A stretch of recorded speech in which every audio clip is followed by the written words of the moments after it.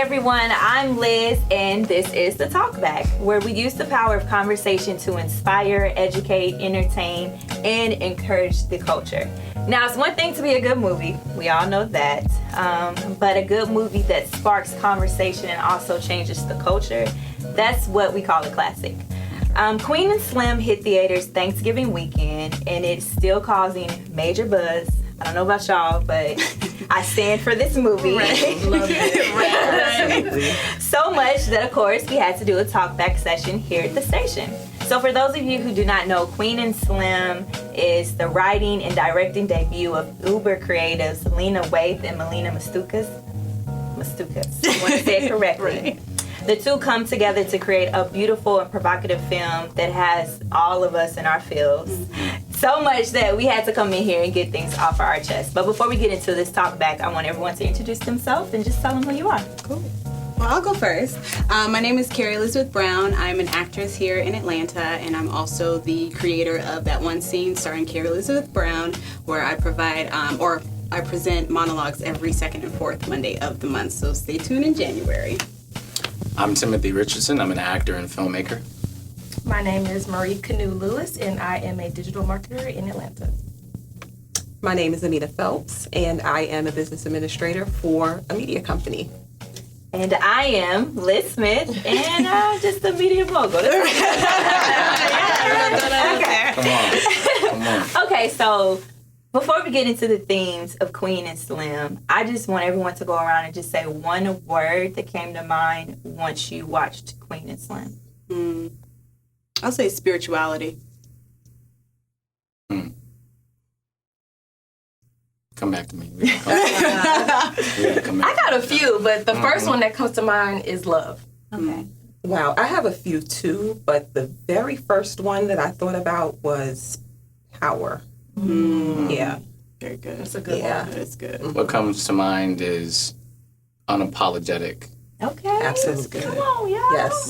Right. I love it. Yes. So that all ties into themes that we saw within this movie. The first one was shout out to Carrie because she put this all together very well. Yeah. And we're just going to just go right into it and talk about it. Strength of Black women versus powerless of the Black men.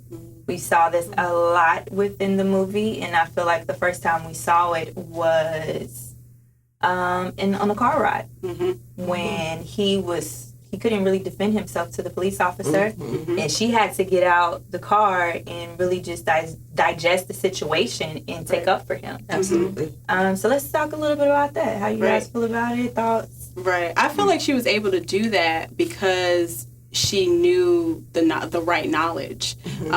Someone just sent me a video today about knowing the right knowledge, and she knew the right knowledge of the system, you know, and that's something that Slim wasn't privy to. So that's why she felt, empowered to do what she did and to try to make that situation a right situation. So I think it was just the knowledge that she had.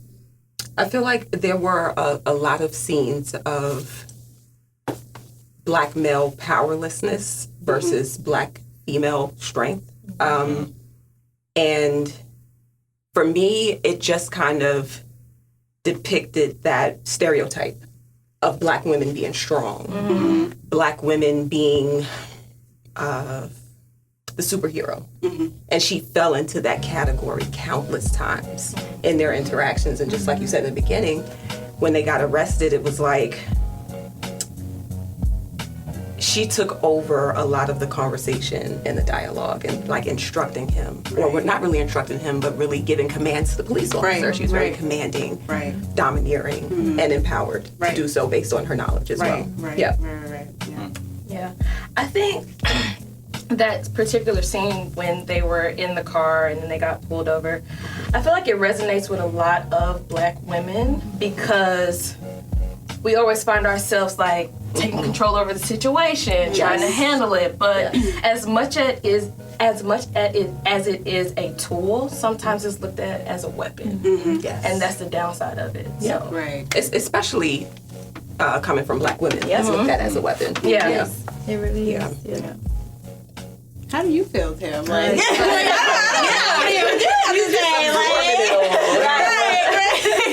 I know what it is. I like listening very like in detail to what everybody is saying, because I mean there's some great points. I think, you know, from my perspective, I think looking at Slim, if I would have got out the car, it's an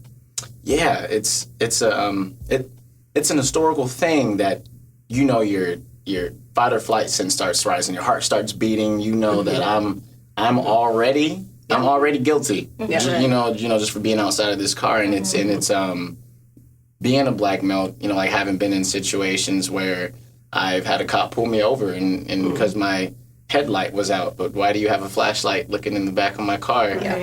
You know, and so times like that, and it's crazy to think that in that moment I was with a black woman, and to think she had to kind of be the one to neutralize the situation, because my hands were kind of tied, like verbally I was handcuffed because I couldn't say too much or make too quick of a movement, because to him that would startle him. So she had to be the one to speak up and say, well, excuse me, do you have a purpose for looking in his car? Right. Now, if I would have said it, I'm gonna need you to step out the car. Right. Yeah. You know, so. You know, that's interesting, because it immediately makes me think back to just from a historical reference, right? In times of slavery, they broke down the black man, which immediately puts us in position of power. Yes. We have to support you. We have to build you back up. And I feel like that was depicted throughout the entire movie. You failed to execute a turn signal back there. Oh, my bad. Step out of the vehicle. Can I ask why, officer? No, you may not. Put your hands on your head and get on the ground now. Are you serious? Get on the ground! Why is he under arrest? Get back in the car! I am an attorney. I'm reaching for my cell phone. So another theme that we saw within the movie was freedom. And even though it was a lot of running away from cops or being hidden, or, you know, you're on the run, chased or whatever, it was so much freedom in that movie. Yes. Just from little things that on the average we don't do as people, you know, because either we don't have the time or we're scared or, you know, just different things. But in this movie, they were forced to seek out freedom because they didn't know when it was going to be their last day. You know? So let's talk a little bit about that.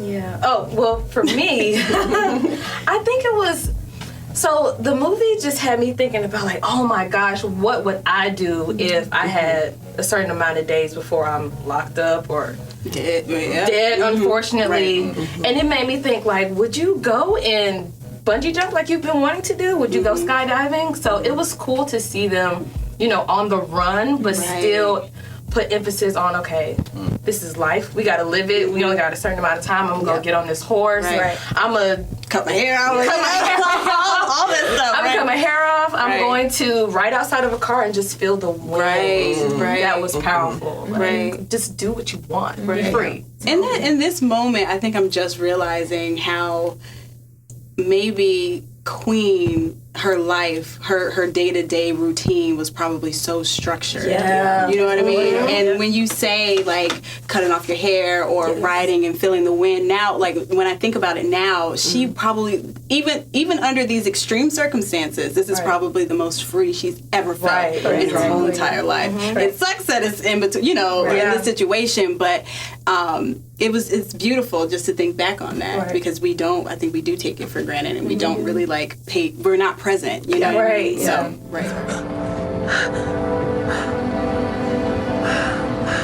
Are you crazy? Get back in the car.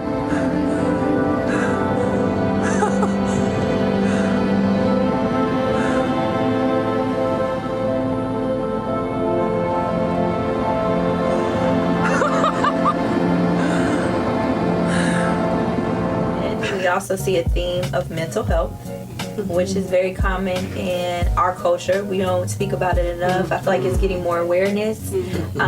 But she definitely showed that in this movie. I feel like the first time I saw it was with the uncle. With even her having to explain the backstory. I knew he had a little bit of issues going on. You know what I'm saying? Right. But even she had issues too when she talked about her situation. And obviously Slim did too, just from having to deal with every day with someone like coming at you because of your skin color. Right. You know? Right. So, and especially for Queen, because I mean, your uncle killed your mom. Yes. And then you defend him to get him out of prison, or That's a lot. you know, to keep him from going to prison. Like, have you ever even dealt with that? Right. You know, and it doesn't seem like she has. You know what I mean? And it's there's a lot of people going through life who go through traumatic things in their childhood or whatever, and they just suppress it. Or maybe they try to hide it by being excellent or being seen or being, you know. So, but yeah, definitely mental health, especially with her though. I see. What I love is, you know, she also Lena touched on mental health in another regard, and that's just as Black people. We are traumatized through what we have been through historically. I think there was a line where Slim asked Queen, "Are you a good lawyer?" She said, "I'm an excellent lawyer." And he said, "Why Black people always got to be excellent? It's like, why can't we just be ourselves?" Right. And it made me think of the statement that Black excellence is produced through Black trauma. Right. You know, and I think that's the message that Lena was really trying to convey. It's you know, to Slim. You know, Slim really thinks he's a catch. You know, Guy. you know, he talked about Sundays making $30 an hour, and you know, and like even down to it, you know, it's just this innocence of entitlement, like you know, like $30 an hour, you know, no kids, 30-some years old. I'm a catch. That's what he's thinking when he's really just sitting there, right? And then to just come down to the, you know, it's like to just humanize the situation and understand that, you know, just as easily as he's just this simple Black man sitting at, you know, a Black-owned restaurant, he now finds himself minutes later in a situation where it's like, man, at the end of the day, I'm Black. That's right. That's it. $30 an hour, me having a good job, me not having a record, none of that matters in this situation, because right now, all he sees is that I'm Black. The same is true for Queen being an excellent lawyer. That doesn't matter anymore. Right. It just disappeared. Right. Yeah. Right. Her knowing exactly what to say, you know, to law enforcement didn't even matter. It had no skin in the game. Right. If anything, it just made the situation worse, unfortunately. Which is very sad. Right. Very, very sad. I do want to comment on how she creatively depicted how we as African American people deal with trauma, right? So when you think about that scene where they're lying in the bed and he asked her about the uncle, and she said, well, he murdered my mom, and then she just turned off the light. I thought that was so resounding in how we go through major trauma. And I'm speaking from experience. I mean, like, I haven't lived through major trauma, but you know, I'm from Your the own hood. trauma. And the daily life of living in the hood, certain things become so normalized, and we just keep going like it's nothing. But if you talk to someone who hasn't experienced that, they look like, what do you mean you saw somebody murdered at 9? How is that normal? Right. Right. Doesn't that present a whole nother conversation that Lena was talking about? Like in the press, she's so mad that you know, certain, you know, like white people are saying, "Oh, it's just too much. I can't connect to the film." Well, it's not for you. Yes. You know what I'm saying? So just like you were saying, you know, all of us have gone through something traumatic, but it's like to add another innate level of like just being traumatized on top of that, whatever ancestors have gone through, just being a Black person walking into any professional business establishment and knowing that we already look at you slightly different because of your skin color, the thing. So it's like you're dealing with a double dose of trauma every day, you know, and I think that's the reason why it's so crazy that, you know, when we're presented with this whole, like, you know, slavery happened so long ago. What? We're still living with it. Modern day. We're still living with it. That's why it comes out in our art. That's the reason why there's so many analogies and symbolism of slavery, of Harriet Tubman, the underground. All things that Liz so great that I really didn't catch the first time around. That it was that's really good. And to touch on your point too of how some of us deal with trauma, it's like we're trained to just say, "Oh, don't worry about that. Like you don't have time to talk about it. Nobody wants to hear it. Move on to the next thing." And I feel like we're moving away from it. But you have so many people with so many issues, and we're just walking around almost like zombies. I would compare it to a zombie, because you just walking around with issues, and who knows when you'll explode? Who knows? Exactly. Who knows, right? I don't know how low key we gonna be right around a turquoise Catalina. That's the whole point. We'd be hiding in plain sight. Do you agree to my terms or not? I ain't give you no damn car. You owe me. So one of the next things we saw were power of unity. We saw a lot of this, but then we also saw a lot of our people playing games. Yeah. Very trifling. I was thinking, like, I think Homeboy had a mental illness too. That was just so petty. But my favorite, the time when I saw it, and it was like one of my favorite scenes was when the black police officer. Oh, yeah. And I don't know how y'all believe it was, but I saw it twice. And both times everybody was like, I want to add something about that. So I love going to see movies for us and with us in the theater. We're like, yes. Why'd you do that? Okay, we need to go. Right. Love it. Yeah. It's camaraderie. It's like whether you know the person sitting next to you or not. You are my sister. You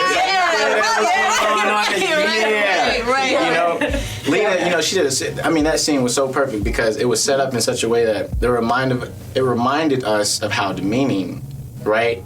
Or the kind of names were called, being called boy. That whole setup was like, it was a relationship between the slave master and the slave, right? And then I love how she ended it with like a moment of independence and self-choice of okay, well, that's how you feel, and then you know what? Y'all go ahead. Y'all go ahead and step. And I love that decision. Even to the white officer, he didn't intentionally call them animals, but you know that's how they look at us too. Exactly. Like it's probably some animals that's rolling around. All that.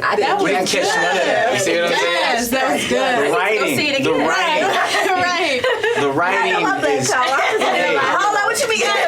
excellent. Phenomenal. The writing is excellent. And you know what? To your point, when you think about it, it was really a depiction of modern day slavery. From beginning to end. And you know what? That's one of Lena's favorite things to do. She's, she likes to tell, colleagues, media, anybody that we're still dealing with modern day slavery, except it only looks in the form of a football field, a basketball court. She said they make money off of our black bodies. $40 million slaves. But check it out.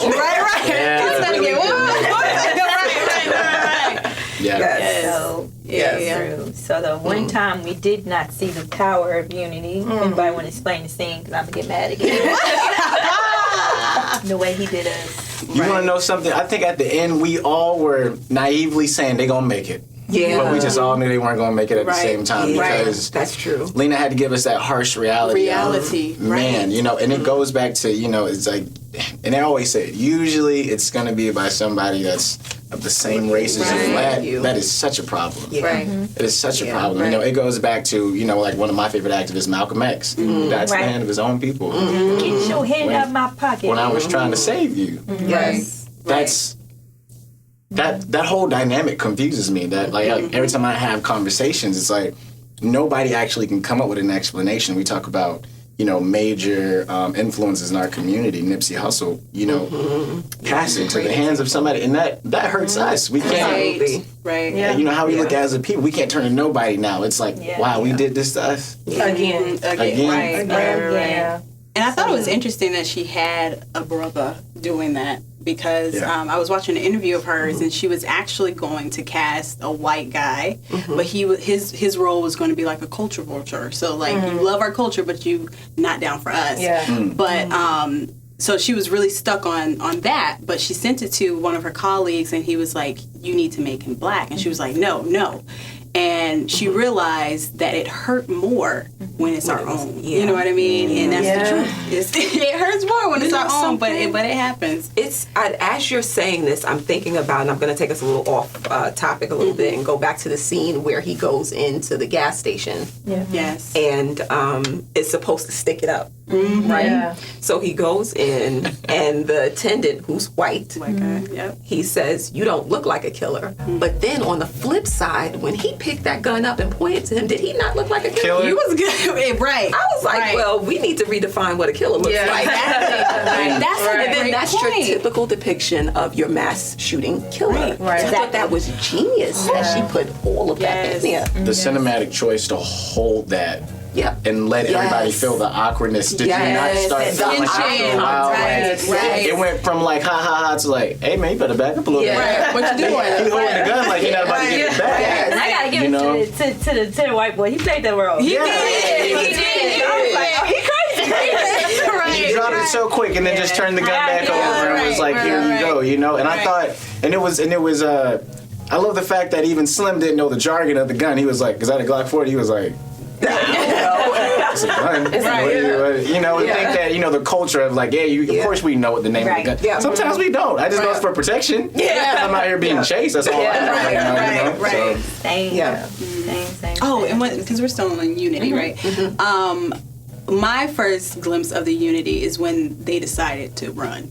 Like they had nobody else. Choice. They had nobody else to lean on at that point. Because, like she said, there's nothing else back there. There's nothing else back there. Harriet Tubman. Right. Yeah. You gotta leave it all You gotta leave it all behind. And that was my glimpse of like they're bounded to forever. You know what I mean? In that one moment. So. And you know what? The symbolism of that too is just, you know, like Lena so graciously did again. She took us back to slavery times and just being just torn from your family abruptly and not even being able to say bye. Right. You know the thing, but we have phones now, right? But think about getting on the ship and you're never gonna see that person Never again. Right. And that's kind of the same thing it was. It was like, well, like right now this is it. I'm never gonna see this is it. You're never gonna see them again. Let's get in the car. Wow. And wow, it was like, wow, that's I couldn't even imagine. I'm gonna find somebody with a phone so I can call my family. If you do that, then they'll know where we are. Great. What if they kill us? Don't say that. There's no guarantee they won't. You're a black man that killed a cop and then took his gun. I'm not a criminal. You are now.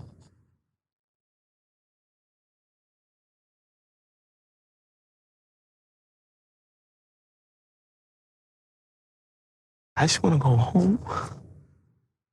And I want to see my family. If you turn yourself in, you will never see them again. All we could do is go forward. There is nothing back there for us. Please. Let's just keep going. Okay, so the last thing that we'll hit on is black love between a black man and a black woman. You guys' thoughts? I'm gonna go last. Who wants to go first? Yeah. Go ahead, Tim. It's the closest thing that's been on a movie screen that made me feel since Love Jones. Come on now, it deserves it. Right. Yes. Being a black male, it just, from the get-go, she took command. She was never to be dominated, but he was never to be emasculated at the same time. You know, even down to the decision of, you know, him taking the gun and shooting the cop. It was like killing the cop in her honor, right? But then she made the decision to say, let's go. So it was almost like, it was a perfect balance of what it's supposed to be. It's never supposed to be, you know, when they say, what's the saying? I didn't say this so much that I can't even remember. When it says, behind every great man is a great woman. I said beside every great man is a great woman. And that's how I love Lena, even down to being in the car. There was never a moment, even when holding hands, it was never behind one another. We were right here the entire time. Even laying in the bed, they were right there the entire time. And I loved showing, you know, that softness and that submissiveness from a woman, you know, honorably to a man to say that, hey, this is her temple, and then she honorably let him enter it in the car. You know, like just showing that was just so powerful. Like she was always in control of her own decisions. You know, when she was in the car, she said, I have a right to change my mind. And I think it was just great because it just shows you that love it's so many things, but it's kind, it's understanding, it's really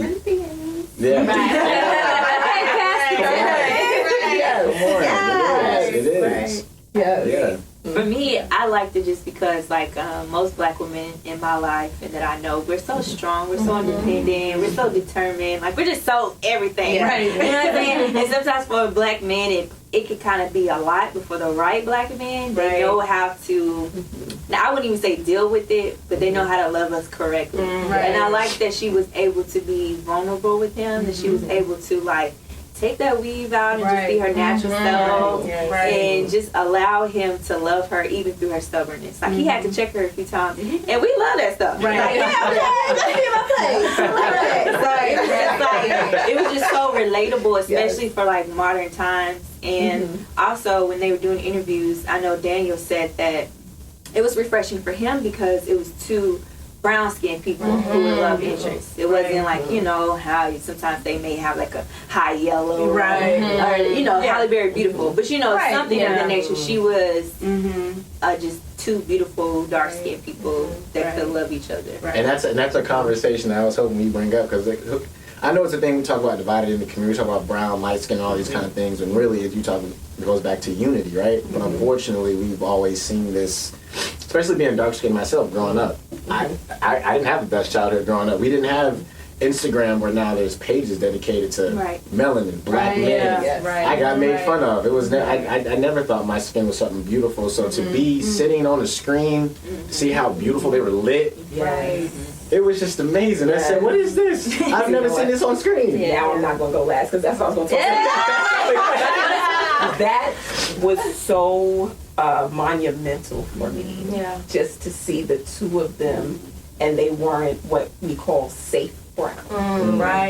And they were absolutely gorgeous. You know what I mean? I was just floored. I'm like, the love started there. I love. No, go ahead. Go ahead, sis. No, but I had to sit up on that one because, to your point, as a dark-skinned woman growing up, I would never think I would see a dark-skinned woman on the movie screen. What? No, that doesn't happen. That's not a thing. So to see that, and then also to see the love in between those people.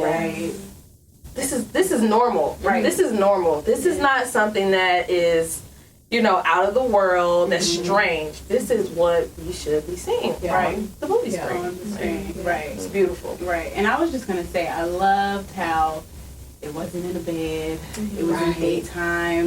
It was in nature. And I feel like nature is the closest thing to God. It's the closest thing to perfection. You know what I mean? It is. And I just love that they saw fit to have that scene there.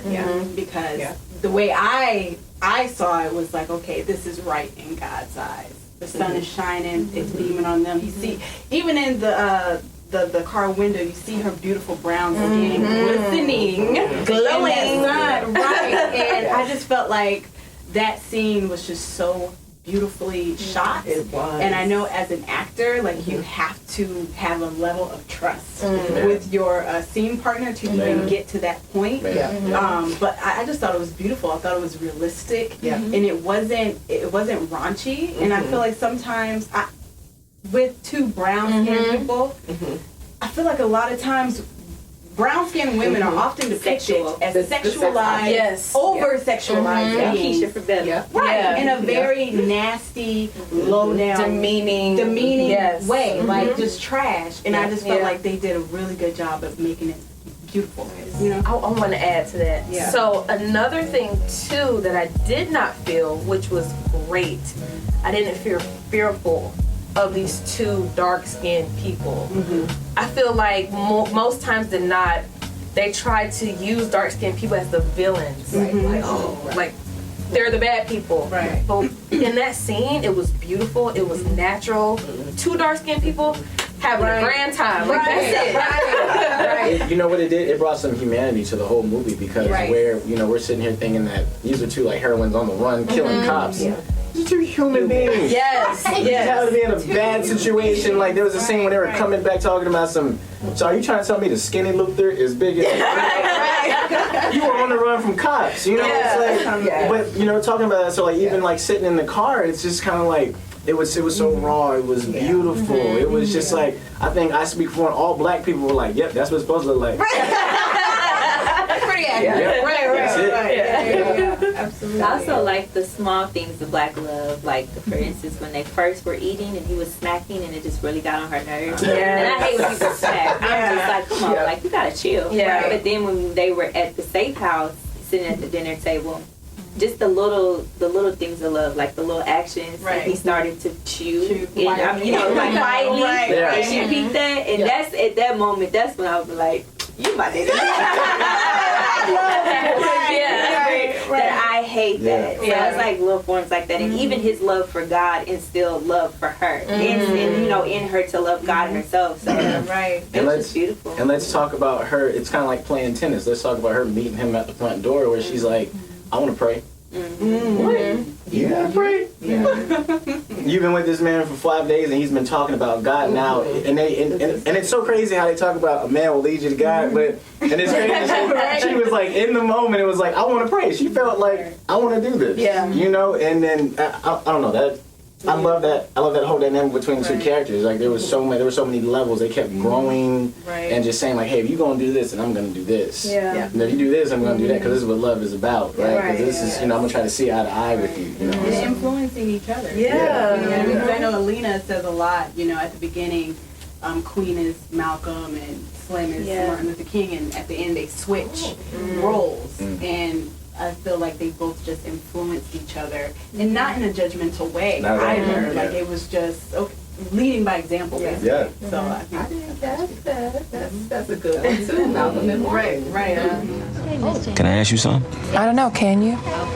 Easy, I know good grammar. Do you? But not in the classroom. Are you gonna ask me a question or not?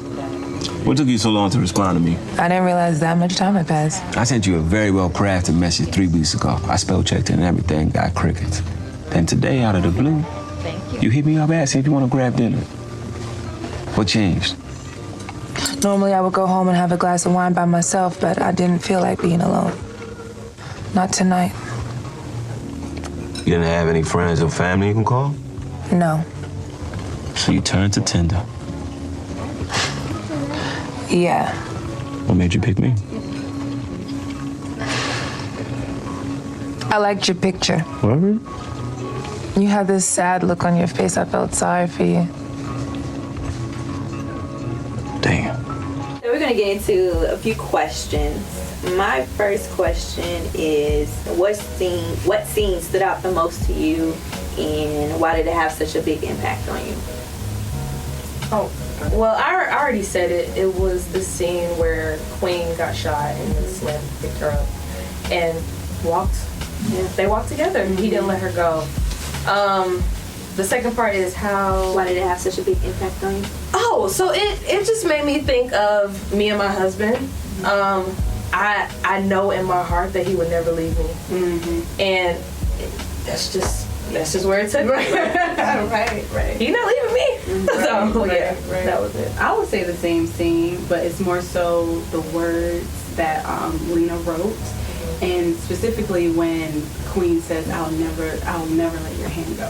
She already knew what was up. You know what I mean? And she stood by that, and he understood that too. And I just feel like that deep connect. I feel like everybody should have the opportunity to have a love like that. You know what I mean? And the way that she acted it out, and you could see the tension on her face and the urgency. Like this is it. You know, this is my time to tell you how I feel. And even for him, like, I would have kissed all your scars. Like, who doesn't want to hear that? You know what I mean? Like it was just a beautiful moment by two talented actors. And we were talking about this off camera, but this film really just sparked the light to me, like, as an actor, to be more like the creative energy that I needed. Like I left the movie theater just in tears, and not because of sadness, but because of how beautiful love is and how necessary it is. And you can literally, nothing, like you said, I know that I will not bend the world, but as long as my lady remembers me fondly, that's all that matters. That's all that matters. And that was a reoccurring thing too. It doesn't matter what other people thinks of you. It's what the people who matter think of you. Right. You know what I mean? So yeah. You know, I can't think of any specific scene. There were so many scenes that were impactful to me. I did leave thinking about how she had the scenes of people talking, but you couldn't see them talk. It was like you could hear their thoughts. And I thought that was impactful, because I feel like we have the power to connect like that, and we don't, right? So there was a scene with the young boy and Queen&Slim, and it was like they were having the dialogue and they weren't saying a word. And there's so much power in that, and I think we need to kind of reconnect on that level in so many different ways. You know? That's a cinematic choice that the director of photography to show, and like and Melina when it came to like post and editing, like that's just like to help you. I feel like you said it's like connecting on an intellectual level. Like all we heard was just the words, and you had a visual, but it was just a very like wide shot of them walking. So all you had was like let me listen in. The poetry was amazing. Yeah, it was. I was like, oh God, that's so deep. But mine's gonna have to be when Slim got on top of the horse. That was my favorite one because as an actor I wanted to ask like, what was the decision for him to get on the horse? Because it has to be just more than living carefree, or it's like you would be the last time you do it, and then to come to understand is that there's nothing scarier than the black man on the horse because the black man got to look up at him. I thought that was just a great decision because we've always seen, especially I can't remember his name, but there's an artist who just unveiled a statue in Virginia where there used to be a Confederate statue, right? Now there's a black man on the horse. And you can imagine how that felt to unveil and have everybody looking at it. You know, it's like, and it's so crazy because it's art imitating life because he just unveiled this, statue probably like December 11th in New York and has been traveling since, but Lena's been working on the script since she started writing The Shy. And that's it. I just love that. I love the power in that moment. He's on the run, white man's trying to kill him, but he's on top of this horse and just looking glorious, and it's like, that's right. That's right. Yeah, like you said, I loved almost every scene, honestly. But I guess the one that stood out to me, or that had the biggest impact on me because it was just so relatable for me, was when they went to the underground. And it was just so spontaneous, and because I'm a person who I'm Mrs. Cool, I'm not dancing, I'm not coming out of my comfort zone. But if someone is able to get me out of the comfort zone and just help me to de-stress and to just be a lady and be courted and to just be loved and just be free, it was very refreshing, and it was just like. Okay, and I'm very old school, so I like that type of stuff. Like, let's go dance, let's go listen to live music. And I know a lot of women in our day and age are like that too, but we don't know how to express that because we may think it's lame, or like men of our generation, they may not really like that. So it just was cool to see young people hanging with the old people, just being having fun. So. That was my favorite scene. So let's get into this question right here. Do you think, no, that's not the one I want. Should black people have the eye for an eye mentality in relation to police brutality? For instance, the young boy killing the cop in the movie. My initial reaction is absolutely not, right? But then, I'm like you. I loved and adored Malcolm and his philosophies, and he said by any means. So so it's a wow. I don't know. I say all that to say I don't know. I say no, and then help you out because I always consider myself like organically I found Malcolm, right? Because they didn't teach it to me in school. I remember somebody handed, the greatest gift they could have handed me was his autobiography. Since I have thus read it 3 times now, right? And then I will say his metamorphosis, after the Nation of Islam, I feel like even Malcolm would have been like, no, this ain't the way, man. You can't. Very true. And I think that just takes us into the power of influence of infotainment and social media, and what that's causing, because he felt, it's almost as if, as real as Black Panther is a superhero, he saw them as superheroes, you know what I'm saying? And it wasn't until life got real, and then a real gun let out a real bullet, and you killed a real black man, it's like, oh, this is not a video game. This isn't just, we're angry. It's, it's like, and I think there was a moment for us to, instead of an eye for an eye, Lena provided a moment for us to educate. She left that open for us to educate, it's like, because this is the harsh reality of it. It's more than just a black boy killing a black cop. You just got black boys killing one another with guns, right? Very true. So the the whole eye for an eye thing, I think that's just a moment for us to really educate, our youth on, just what's influencing them right now, like just having those conversations and talking to him, because it didn't seem like him and his dad had a great conversation. I mean, or relationship. You know, he just kind of was on his own journey trying to figure life out. So. Because his dad was stick by the rules, because he didn't agree with Queen&Slim. Right. You know, so to see that he was just so like with the mentality of do what the white man says, and you know, just thinking that he's raising his son like that, and then you look up on the news and your son got shot because he killed a cop. Right. That's a good point, because even when you think about in that scene when he talks to his dad, he has a method. He has like a procedure in how he talks to his dad, but then he let himself go when he was in the company of Queen&Slim. Right. You know, it was like, yes, sir. Right. Okay. And then it was like, oh, I rebel, you guys. You know? Yeah. Right. So yeah, that's interesting. Yeah, very true. I don't agree with it being like eye for an eye, but I do think things are not okay, but within reason. You know what I mean?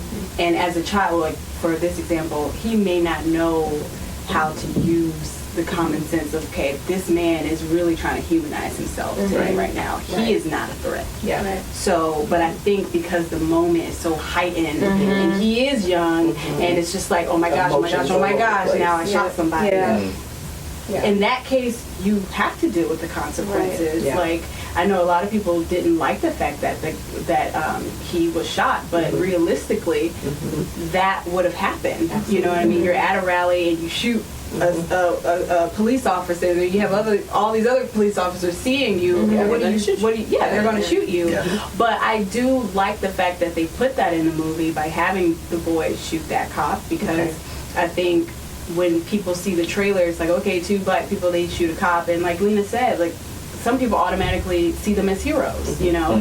But there's a catch-22 with that, because now, not intentionally, you're saying it's okay to do that to police officers, and not all police officers are the same. Right. But I thought it was cool that they did put that in there, and it added another layer. It made it a little bit more complicated. Can I ask you something? What took you so long to respond to me? I didn't feel like being alone. Not tonight. So you turned to Tinder. What made you pick me? I liked your picture. You had this sad look on your face. I felt sorry for you. Damn. You made a playlist? That's cute. Don't go through my phone. So what happens tonight? You're gonna drop me off and then you'll go home, I guess. Oh. Did you think we were gonna have sex? Nah. No. You failed to execute a turn signal back there. Oh, my bad. Step out of the vehicle. Can I ask why, officer? No, you may not.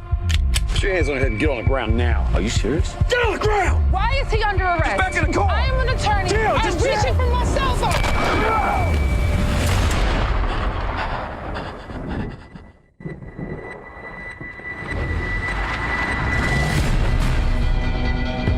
What if God wanted me to die and I messed up his plan?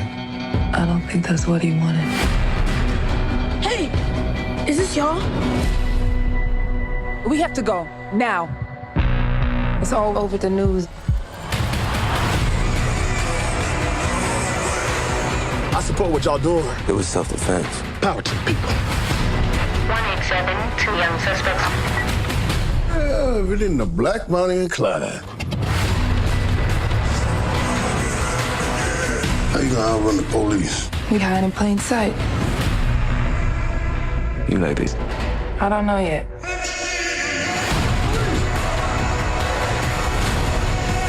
Don't worry, you're safe here. It's an honor to meet y'all. Y'all really gave us something to believe in.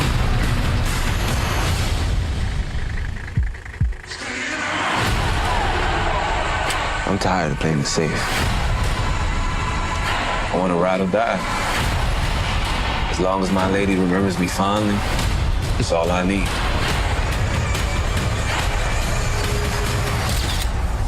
Thank you for this journey, no matter how it ends. If you haven't seen the film, we encourage you guys to go see it. It's amazing. You'll take so many lessons from it. Everybody better go get it on DVD. Add it to the collection. You know, and I mean, for you creatives, how can people keep up with you guys? You can follow me on Instagram at Carrie May China. That's Carrie, the month May in China like the country.